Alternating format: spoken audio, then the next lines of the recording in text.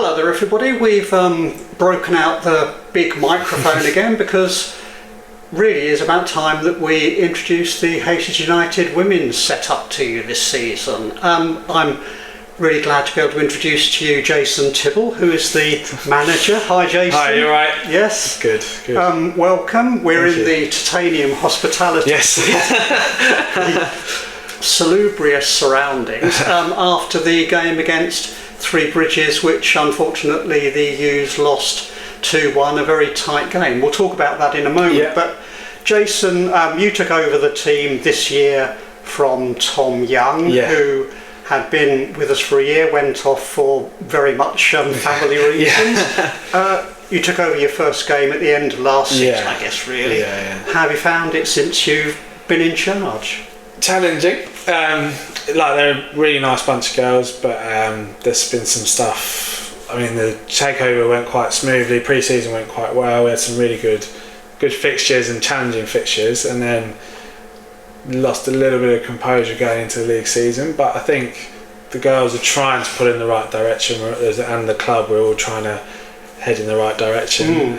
So that's the key point for me. As long as we're putting in the effort, I can't ask for much more. It will come eventually. We're working hard in training, and finding a natural goal scorer at this level is quite hard, and I think we've missed that out. Having scoring goals is what we've had an issue with. I don't think defensively we've been that bad, but actually we've defended really well. But as a group going forward, I think we've just missed out on that end product, which is what we're missing out. As soon as that clicks, it'll be so much easier, and everyone will be in a higher confidence, so it'll make it a lot easier for me to deal with them as well. Yeah, for sure. Yeah, it is difficult because going back over the history, when Tom took over, we were in quite a difficult place with the women's team, personnel-wise and confidence-wise. The job he did can't be underestimated in putting it back in place. You took over from that. Nevertheless, we still have a good blend of experienced players and young players coming through. People like Lauren and Rosie and Vix have led that group. How do you, when you took over, you were looking for players. How did you actually, so what was your thinking as far as where do I go from here? It was Tom did a brilliant job last year, how he came in from what happened previously, and he got a good group together, not necessarily playing the same team every week, and we kept a lot of the group from last year, and so credit to Tom. But trying to progress going forward, like we brought in Amelia and Scarlett. Amelia's unfortunately left to go to Welling now, but Scarlett's done really well since she's come in, and then Katie, who stepped up brilliantly, I thought, so far. Chloe joined halfway through last year, and it was trying to get her to be a bit more confident. So that's the main thing. We've tried to keep what we've got and build on that from there, because that was what we had a good core of, and then trying to get those little end products is what we've tried to get. We haven't quite got the right blend as of yet, but we're getting there, and I hope that people can see where we're trying to go from here, and that's the important thing. But the balance, I think we've got quite right in that area. We've got 16-year-olds in Amy, Katie, T's young, Freya's young, Jess right when she's about, so, and then we've got the older ones, more experienced, and I think they're showing them the right way, and the younger ones are stepping up now, which is really important. It's hopefully we can all do it together, but I think the balance is there. We just need to somehow find that end product in games. Yeah, and from your point of view and the group's point of view, training facilities and that, we know that the men's team have had issues with facilities for quite some time. How do you work that? How do you keep the group training, and especially when you've got matches being disrupted by the weather? So we struggled getting a facility now down, because Hastings has been quite a difficult one in general. So we were supposed to be training at Buxwood, and then that fell through. So we've trained a few times here, and it's been nice and ideal to be practicing where you play. That's what you all want to do. But now we've got a regular training facility. Getting everyone together is quite hard sometimes with work and stuff, but if everyone's putting in the effort, that's all I care about on training wise. It has been hard to pre-season. We trained really well. I think we had a 8-week pre-season. It went really, really well. How me and the coaching staff wanted it to go. kind of dropped off at pre-seasons, but now we're on the way up again. I hope that can affect us on the pitch going forward as well. Yeah, and talking about your coaching staff, got a few people helping you. Yeah. In fact, your sister, yes, Georgia, she did help. Yeah, she's bit of a Hastings legend in her own right in some ways. Yeah, and I think it's nice having her around when she can. Like, obviously she's at Worthing and doing really well, coming back from injury. But when she's around, I think she brings a nice spirit to the group. As in, people know who she is. There's a few people who've played with her before, and then the new ones are like, they know who she is, and it's quite nice having her around when she is around. But having Lee, Mike, Bryn, Stuart, they've been really good in pre-season. Everyone's helped out, everyone's chipped in. We've got quite a good blend. Like, I'm quite young as well, Lee's young, and then we've got the experienced one in Mike and Stuart, and Georgia, of course. But that's we've got a really nice group of staff, and we're hoping to just keep pushing in the right direction. And obviously only 5 or 6 games so far this season, so that's quite tough. You get those breaks between games. You have the mix of 3G matches and playing on grass pitches as well. Here at the Pilot Field, still get quite a good support. Good few people come in. It's a really nice place to play. But the results aren't quite going. Every game here has been either a draw or by the odd goal, hasn't it? How did you? I mean, it's 2-1 today to Three Bridges. How did you assess it?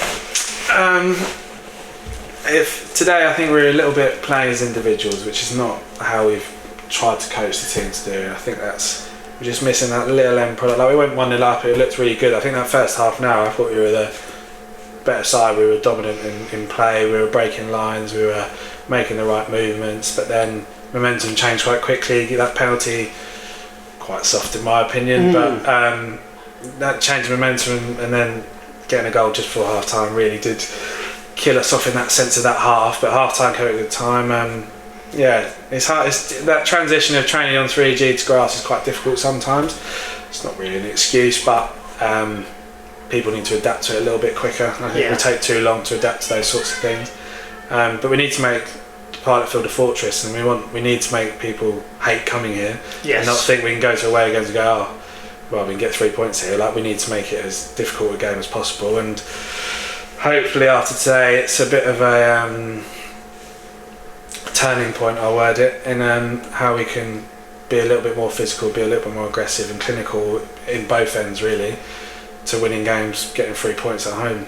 I know that obviously had to make a few changes today because Lauren, the captain, is injured for a little while. Brooke, who's one of your mainstays of the team, is away and unavailable today, so that's 2 pretty big holes that they have to I don't think we've put out the same 11 yet, which I like to have a little bit of consistency, but it's hard with availability, work, jobs, whatever. Everyone's got lives outside football, but when you become more consistent, then we become more consistent on the pitch with people, whatever, and then it will just start to click. You can understand people's games. So trying to keep the same people in midfield. So 𝐇𝐔𝐅𝐂 and 𝐸 worked quite well since Megan gone back up to uni, but they now understand each other's games.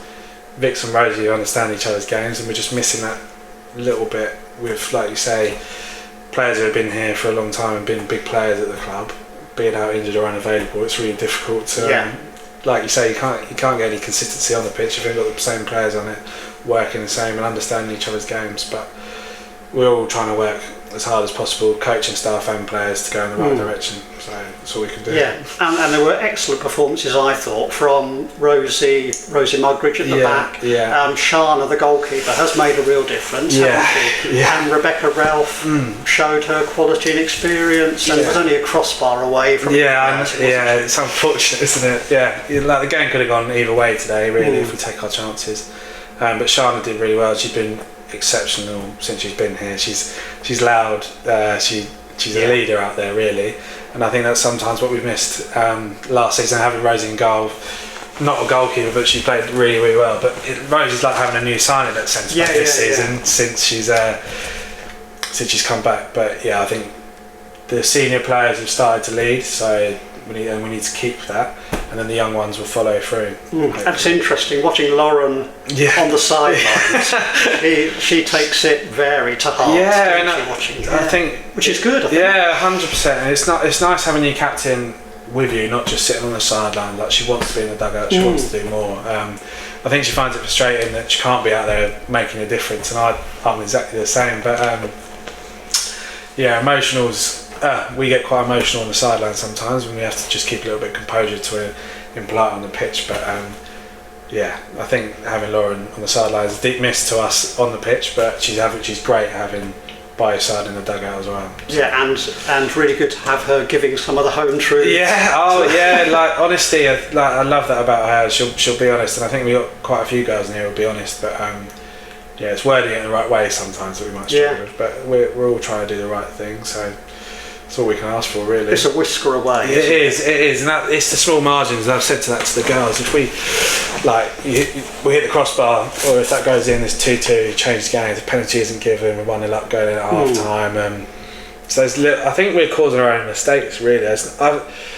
Personally, after watching the games back, apart from last week, we've never been beaten, we've just lost the game. Yeah. If you see what I mean. So, like, majority of the game we're doing well. It's just those final end products in our third and their third that teams come here and they've just scored more goals. The Welling game and Montpellier, we definitely should have won. Yes. Today again, last week it was probably the only game that I thought Stenning deserved it. So yeah, we just got luck will change at some point. Well, I don't like the term luck. Our knowledge and understanding and us taking our chances will change at some point, and just hopefully it's sooner rather than later. Yeah. Well, got to keep plugging away. Exactly. I think we're back at home next week, aren't we? Yeah, home back home in the league. Again, that was a good game up there. We were 2-1 up. 3-2. We were 2-1 up and they won 3-2. We only had 2-3 subs there. Yeah, we just need to keep believing. Confidence is a little bit low, but we're the only ones that can change that now. Yes. So we've got to reflect on today, go again next week, train hard this week. We just got to keep putting in extra work, really. Otherwise, it's not going to change if we keep doing the same thing. So yeah, but anyway, I mean, it's the setup is there. You've got the first team. Yeah. You've got the development team. Yeah. You've got a really burgeoning academy now, haven't you? So definitely. The future's quite. I've seen these younger players come through over the past couple of years myself. So it's ever since you and Tom took over. Yeah. It's been an upward trajectory. Yeah. So Freya and Jess came in last year, and as well. And like this season, we've had Katie who's started 3 out of the 6 so far, and then Amy's just come up from the DS. That there's technical points we can work on, but their attitude's there, and that's what I like. You can't coach attitude, but you can coach technique, development, etc. But yeah, that's what we've got to try and do now, is actually excel with the youth, and the older ones lead by example. And then it's nice that the pathway's there, and hopefully we can just keep going away. Like, this is not a short-term project, really. For sure. So yeah, we've got to keep looking 2-3 years. Like, we've got to look at the now as well, but we've got to have goals going forward and have the young ones come through and shining now. Then the only way's up, really. Yeah, absolutely. So, well, stick with it. Thanks. Nice to get you in front of the camera and introduce you to people. Thank you. From our point of view, it's a great squad. I really enjoy working with them. Good. So, I mean, I would say, they're at home next weekend, so 2:00 kickoff. Do come along. It's a really good afternoon, actually, a really good Sunday afternoon, good football, and the team are very, very worthy of your support. So thank you so much. Thank you. We'll catch up again after games, I hope, but I know that we're going to have a chat with Lauren as well in the future. Thanks a lot, Jason. Thank you. And cheers. speak to you again soon. Thank you. Cheers.